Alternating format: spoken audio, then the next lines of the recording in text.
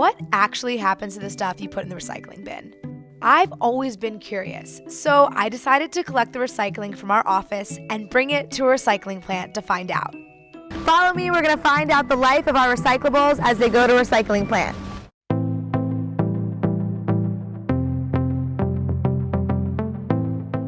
When I got to Sim's recycling plant in Brooklyn, I found a huge warehouse where 800 tons of recyclables from all over New York are dropped off by barge and truck every day.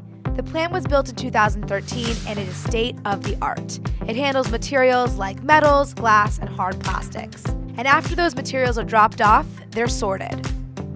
So we take all of those unsorted recyclables and we're pushing it through our processing system, which is almost all automatic. It's about 2.5 miles worth of conveyor belts, magnets, cameras, all sorts of other machines dedicated to just sorting out different materials. The sorting machine is very high tech and sorts 14 kinds of materials, like glass, aluminum, cartons, and different types of plastic.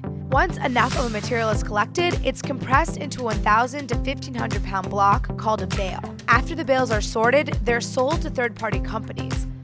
For example, a bale of aluminum might sell for $800. Buyers then take that raw material, clean and process it, and turn it into something new.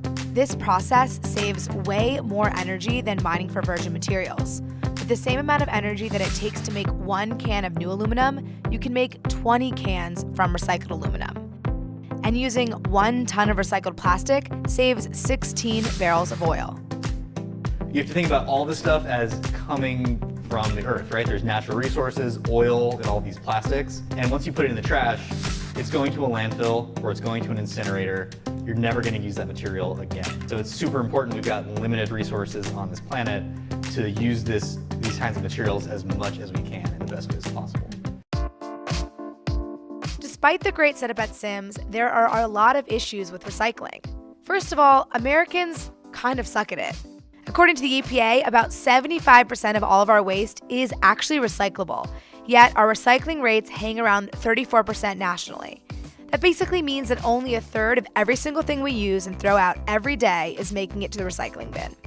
And don't get me started with New Yorkers. We only recycle 17% of our waste. This is a garbage can right outside our office. You can see there's paper and there's some cans in there, cups. All of these things are recyclable. And they're in the trash right when there's a recycling bin right next door. Only about 50% of recyclables in New York City are getting recycled right now. And I think that's largely a result of maybe a lack of public education, the fact that the rules have changed over time.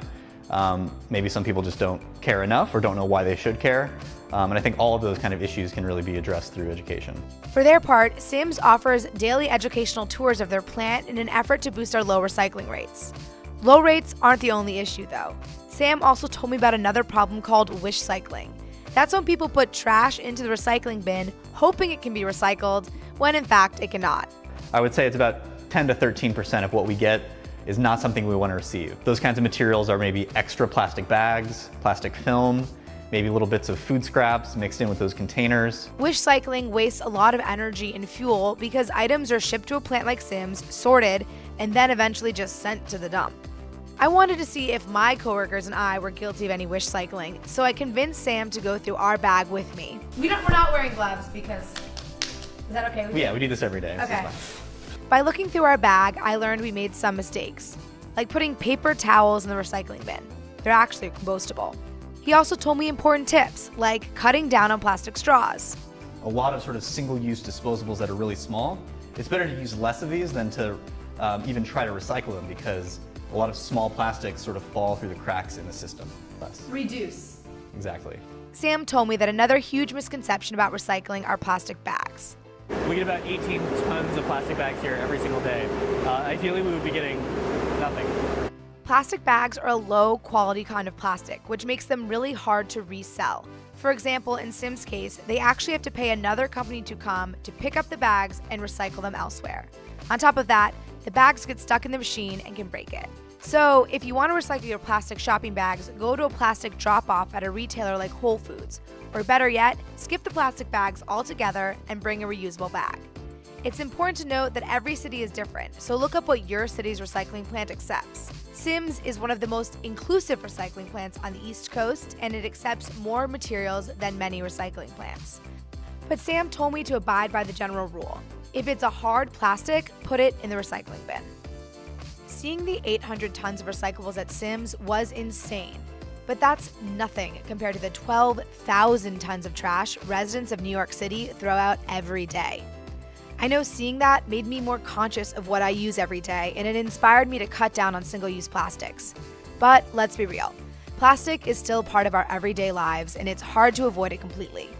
However, I've realized we can have a say in where it ends up, and while we're at it, help our environment and create a more sustainable future.